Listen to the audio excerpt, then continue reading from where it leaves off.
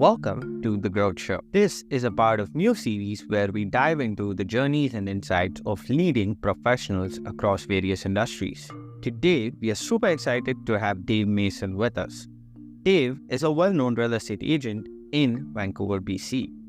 After studying sales and marketing at BCIT, he quickly made a name for himself by winning the Rookie of the Year award. His relentless drive and dedication have earned him a spot among the top-notch real estate agents. He's been awarded the top 10% of all royally paid agents from 2013 to 2015 and top 5% the next 4 consecutive years. He has been a member of the Medallion Club, placing him in the top 10% of all realtors in Fraser Valley for 3 years in a row and in the top 2% of all real estate agents for the last 2 years. Dave's approach to real estate is rooted in deep commitment to client care and meticulous attention to detail, which not only garnered him numerous accolades but also a loyal client base and a thriving referral business.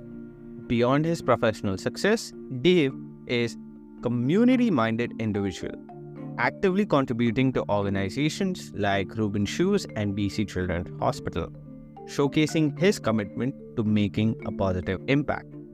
In today's episode, Dave will share his valuable insights on real estate market and the importance of mentorship and the strategies that have propelled him to success. So please join me in giving a warm welcome to the man who's not just selling homes but building communities, Dave Masson. Hey man, how are you doing? Hey, thank you so much, Dave. We are doing great here. Thank you so much for taking the time to do this with us. So, Appreciate it. Let's jump right in. Could you share a little bit about yourself, how you started in real estate? Sure, yeah, absolutely. So I started in real estate in 2011 after doing school there at BCIT. I got an inside sales job and I was bartending at the same time, and the job wasn't quite for me. I just felt there was like a cap on your ability to earn income and create a lifestyle that I was after. And so at that point in time, I left that job, continued to bartend, and I did the Sauder School of Business Real Estate course.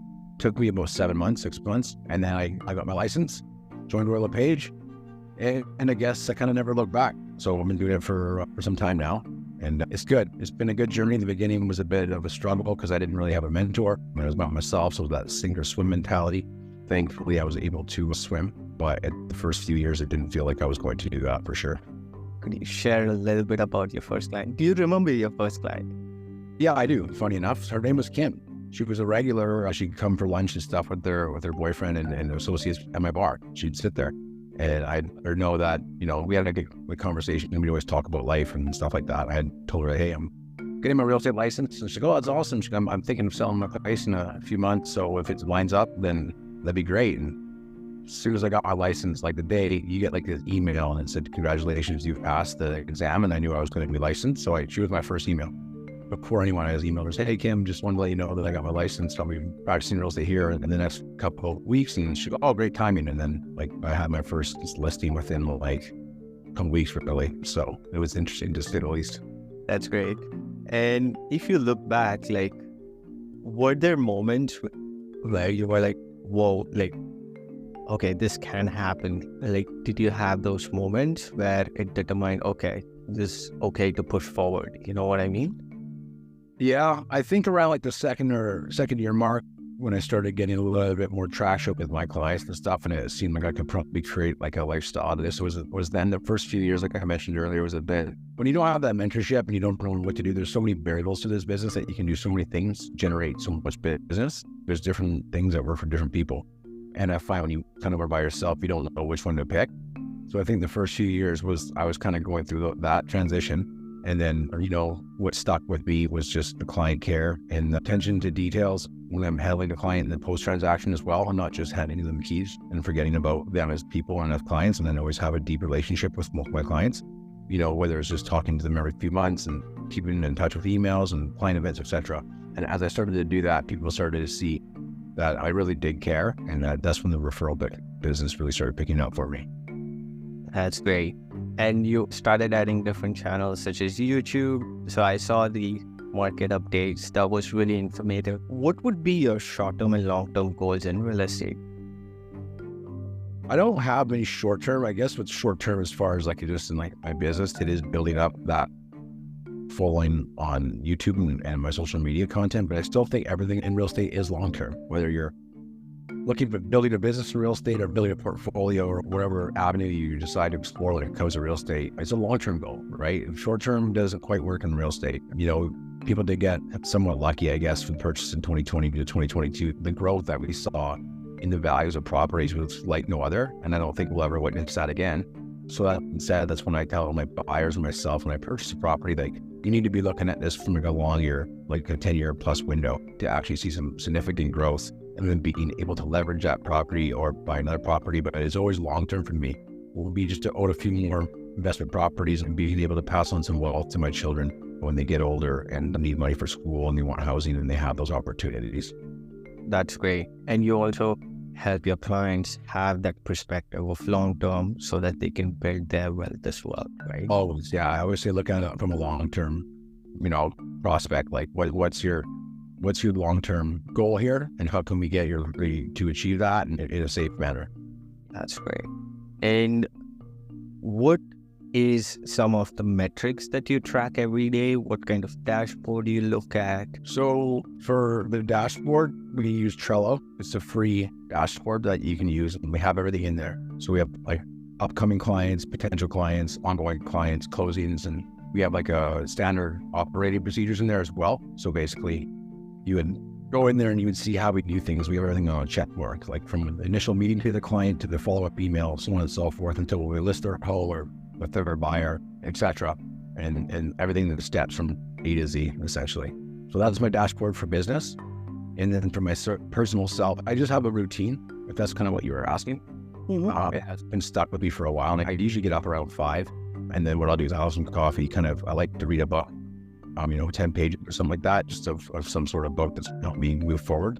And then I'll try to be in the gym around 6 to 7.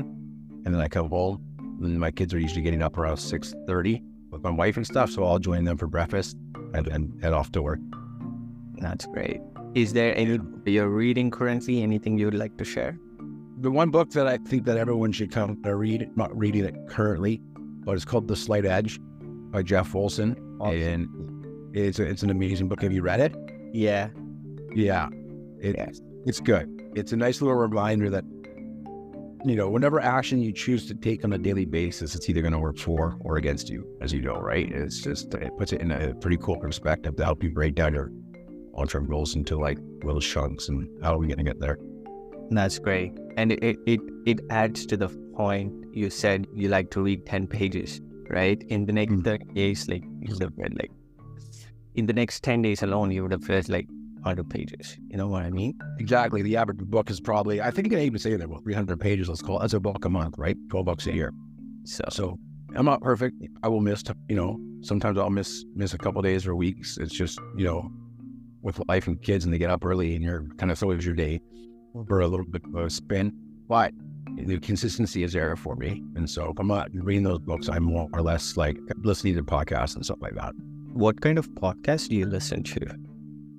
I think Tom Ferry's excellent for growth. A lot of good business ideas on social media content, farming, whatever you use or whatever you as a realtor choose to use as a tool.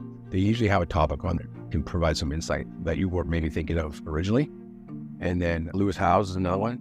School of Greatness one. Yeah. You got the School of Greatness. And that's probably another one. And then if I'm not looking for some like learning podcasts or anything like that, I'm usually listening to Spinning Chicklets, which is a hockey podcast. It's just, I'm a hockey guy. I've been playing hockey my whole life. Just when you're not looking to learn, I guess, and kind of have more of a luxury listen. That's great.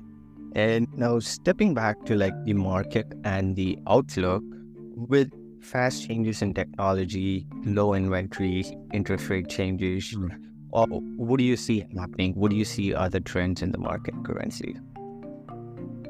Well, right now, we're definitely, it's still obviously under when it comes to sales. The numbers are showing we're significantly under, last year. And we all knew that was going to happen. Interesting enough, that's taking place right now. we're seeing a lot of multiple offers. And I think the reason why we're seeing multiple offers is because the good inventory, it isn't, right? So there's inventory and some of it's not that great and maybe overpriced or maybe too much rate in the state of buyers. It is interesting, we are seeing those multiple offers come back. Now, they're not the same as they were before. They're more, you get 4 offers, 5 offers. 2 will be really under asking. I think it's buyers who are looking for deals. And then I think 2 are usually in range with market value. And those are the buyers who are now coming to the terms that the rates are going to be put on hold for a bit, not forever, by the sounds of it. I mean, we've got mixed reviews on that, but right now, for the time being, the rate hold is in place. By the sounds of it, they're not going to be doing another increase next month. And then prices are the prices. So the buyers right now are more or less looking at it like, okay, this is the price. This is what the other rates are. So we're going to go and we're going to go ahead and move forward with our decision.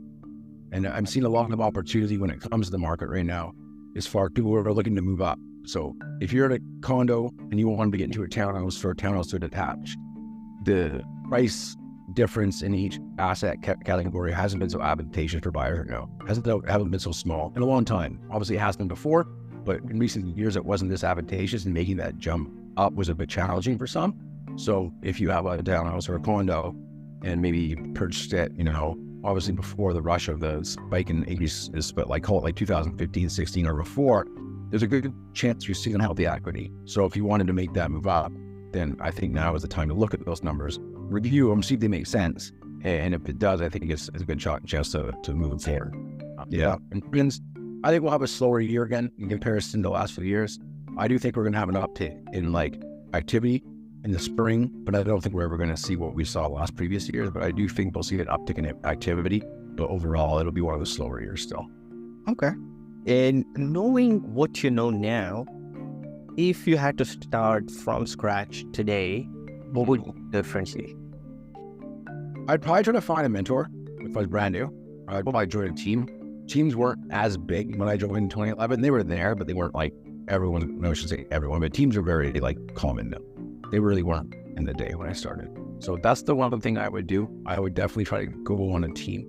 And at the beginning, and even now, a lot of the new agents and myself, you get kind of guilty of comparing your journey. And I always tell people, comparison's the thief of joy, right? So don't compare your chapter 1 with someone's chapter 10 or or 10, 20, whatever it is. Just don't do that. Stay in your lane, work to your strengths, find someone that can teach you how to work to those strengths.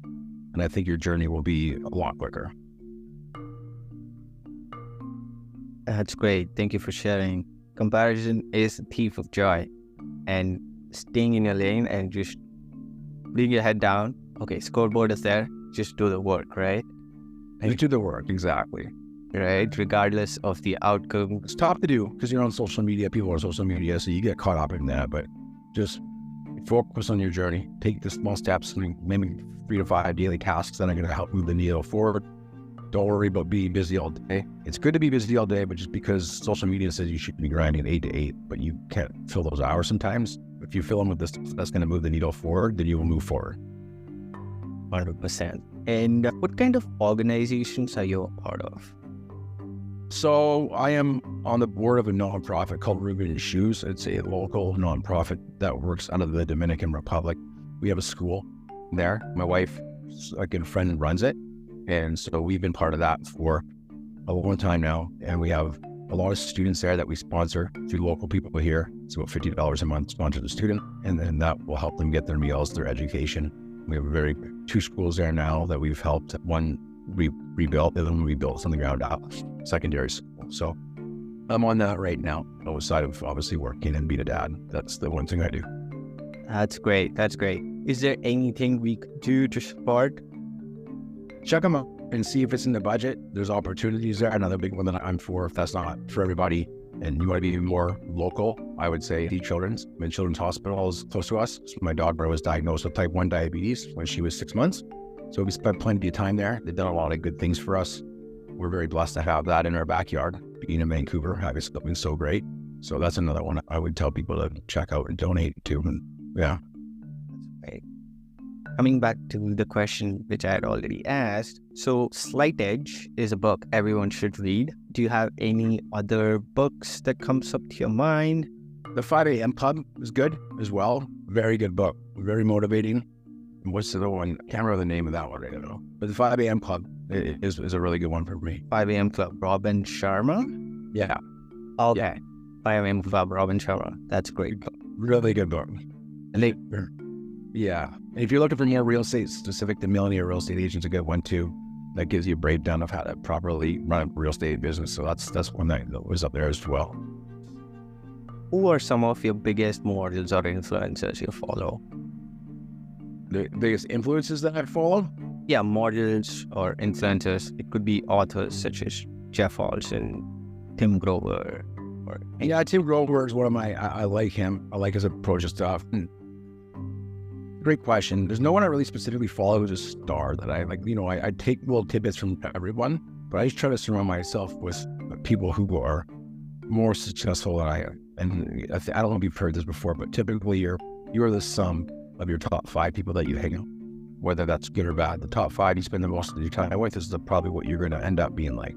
So I try to keep that in perspective when I'm choosing, you know, my friend circle and who I want to surround myself with and get information from. So that's the one thing I can tell people. You are the sum of your top 5, so choose wisely.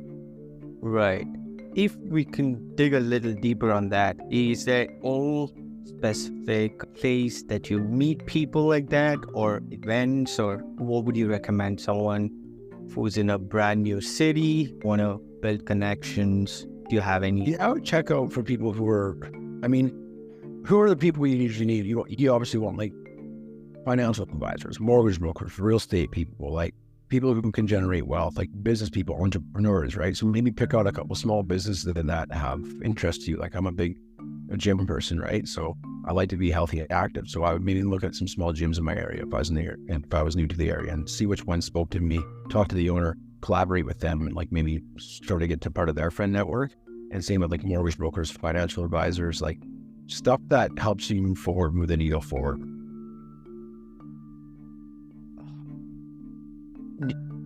Can you give a little bit of tactical advice on finding mentors? Do you have? Yeah, I think it all depends on what industry you are in. But for example, my industry in real estate, I would find the number one producer in my office, right? If I was first to start an office, you interview with some offices to find out which offers. You know, it's always about what they charge you, or what kind of resources do they offer you, what kind of training do they offer you. That's why Royal LePage Wilson Cross, where a Hangman license is really good, especially for newer agents, because we have a lot of them. But not only that, there's a lot of training that the brokerage provides. So once you've decided that, then you get into an office, you kind of pick out the person you want to maybe have the same sort of business as. So maybe they're big on social media and referral. They do well. They're in the office early. Like that's kind of someone who I would approach and just say, hey, I wanted to grow my business. I respect what you do. How can I help?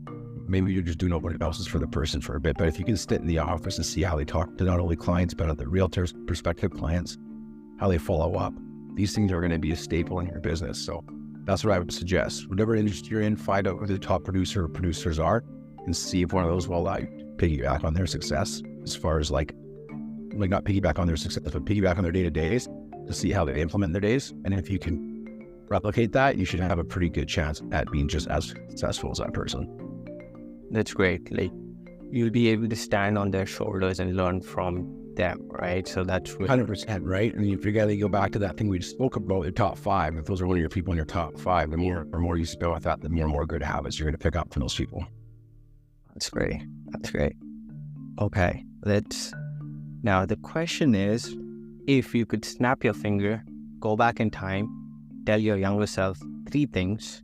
It could be 3 lessons, 3 anything. What would it be? Good question. First would be, I would tell my younger self to master time management. Because if you can master your time management and kind of use time in your favor, you'll be ahead of the curve. The next one would be kind of like the one we touched on earlier. Maybe the comparison is a thief of joy. Don't compare yourself. Don't get caught up in that. Don't beat yourself up because you're not where you think you should be, or not where someone else is. Just continue to work at your craft. And then the last one would be to create a savings plan. So that's what I would say. I would say start investing early. It's one of the things I try to pass on to my associate Austin. He was in the young 20s, and I didn't start early enough, in my opinion. You know, I started, but if I could go back in time, I would say start forceful savings, no matter how minimal it is, to learn to get the habit of that, because you'll thank yourself in the long run. That's great. Thank you. So first would be time management. Yeah. Don't compare yourself with anyone else but yourself. Right. Third would be invest early and save more. Correct. There you go. Yeah. That's great. Exactly. And are there any interesting projects that you're working on currently?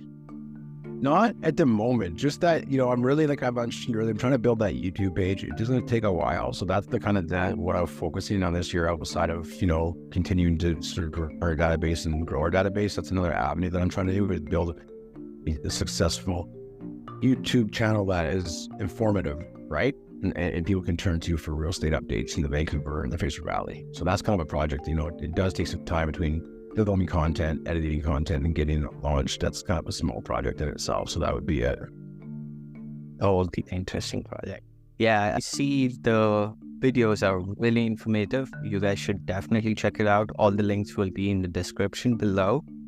And any inspiring quote you would like to share? I think I shared that one with you, the Tim Grover one, right? Yeah. So the closest one is high. Yeah, just wait till you get the bill of regret. That's great. So if you think the cost of winning is high, just wait until you get the bill of regret by Tim Grover. Is this from the book Relentless? I believe so, yeah. Yeah. Okay. So it's good. It resonates with me, because there's days that we don't want to do certain things, right? But I think at the end of the day, you're always going to have a stronger regret if you don't move forward and try to get it done than if you just don't. If that makes sense, right? Like, who's older than me that I've ever met, they say time flies. So make sure you use it wisely, and that's kind of what I try to have as my mantra, and then move the needle forward. Be healthy as much as I can every day. Be there for my family, and work hard and try to build a foundation for my family that I can pass on. And they're taken care of, essentially, and they have opportunities. So I need my family to have opportunities and memories and experiences. That's great. And coming back to that, if the amount of time everyone has is fixed and time management is really important, what would be some of the lessons you have learned along the way? Anything tactical that anyone could implement right away? I'm still learning, man, from being honest with you. I really am. It's not one of my greatest strengths, and that's why I brought it up, just to be honest, right? And it's just one of those things, I think if you can master it, you're good. But it's always about building your day. Some people struggle with having a calendar and like time walking and etc. That's why I will have that. But for the most part, usually what I'll do is, as far as time management or task management goes, I will the night before write out my tasks, right? And then, so let's say there's 10. I'll kind of number them 1 to 10, which ones are most important. And I'll focus on Monday, I'll focus on my top 5. And then Monday, you're going to get more tasks, right? Someone's going to email you, something's going to come up. So then Monday night, I'm doing my Tuesday, and now I might have 9 tasks, and I'll continue to number those. And then if I can't get all 5 done, I get 4 of those down, I'll push them to the next day. But I'm always making sure I number my tasks. So what's the most important? That's going to move the team, move my family, move myself forward for our end result or our goals. And that's kind of what I would say. If you're not good at time blocking and you have a challenge with that, then just create your daily task list and have her all the top 5. And that's from Andy Frisella. He has a pretty good podcast as well, but has some useful tips. That's great. And I think the key takeaway here is preparing the night before. Because once I started doing that, it really made a difference, because morning I know what I'm doing, rather than me waking up in the morning and looking at a blank page and going, oh, what should I do now? Yeah, exactly. I'll do that right before bed or after I get my kids to bed, and just kind of say, where am I going tomorrow, right? What did I do today? What do I need to do tomorrow? Yeah, that's great. What would be your top 3 daily frustrations? One more time, sorry? What would be your top 3 daily frustrations? Daily frustrations. Interesting. I don't think I have many daily frustrations. I think sometimes I have challenges. The challenges would be, again, coming to fitting enough stuff and balancing my schedule to make sure I get things done I want to do. So that would sometimes I get frustrated myself by not building my day out properly. That's why I said it's so important to master that time management. I'm still trying to do it. I'm 40, and I wish I would have started when I was 20. So I had a bit of a head start. So I would say that would be about it, right? Just managing the day properly. I don't have daily frustrations. I'm pretty lucky to live in life I do. We live in a beautiful city. Got like pretty beautiful, like two young girls and my wife in my life. I'm very lucky to have that stuff. So yeah, I think it's just trying to get a lot done and trying to sit back and realize that I don't have to do 10 tasks in a day. Go back to the 5, get your 5 done, right? And just focusing on that and staying the course. That's great. Thank you. Thank you so much for taking the time to do this. Before we go, where can the audience reach you? You can find me on my Instagram. I think you'll put the link there, YouTube. You can email me at david@davemason.ca if you want to have a discovery call, talk about the market. If you're a new agent and you're just looking for some advice, you can reach out to me as well. My phone is always on. I'm happy to share that because that's something I didn't quite have when I started. And I know how important it is, and I'm happy to share the tools and the resources and the coaching and the books that help me move forward. I'm more than happy to do that. That's great. Thank you so much for sharing that, David. Hey guys, all the links will be in the description below. If you have any questions, any thoughts, comments, feel free to reach out to David and his team. They will definitely help you out. And before we go, I have one more question. I believe this could help a lot of viewers. Is what would be something you would tell first-time home buyers at this point in the market? Like, is there any suggestions or recommendations? I think the best thing for people to do are first-time home buyers right now is look at your long-term goals. Keep that long-term mind perspective going on. Obviously, you have to get your numbers in order, get pre-approved, but take a lot of things into consideration in the next 5 years because things can change. So whether your location, don't make any sacrifices right now because it is a balanced/buyer's market. So don't be making any sacrifice. Look at your top 5. Make sure that you have everything that you need in that house. They're going to last you for the next 5 to 8 years, especially for the first-time home buyers. That's typically how long they stay in there. And enjoy the journey because it's fun. I mean, I know it can be stressful, but enjoy the journey and make sure you get yourself in a home that you're going to love. That's great. Thank you, David. And thank you so much. Really appreciate you taking the time. And the last question from my side would be, is there anyone else you think would be a good fit for bringing on the podcast? I would look at financial advisors. There's a lot of good financial advisors out there. Cooperate, Tenniels is the guy that I talk to a lot. And I would suggest maybe talking to them because right now, we're kind of headed in that light recession period. And I think as people learn how to manage their money and realize that we can get out of this, it's not going to be too crazy. And what are the tools and resources that you can plan to make sure that you're set up for success? That's great. Thank you so much, David. Really appreciate you taking No over. worries. And have a good day.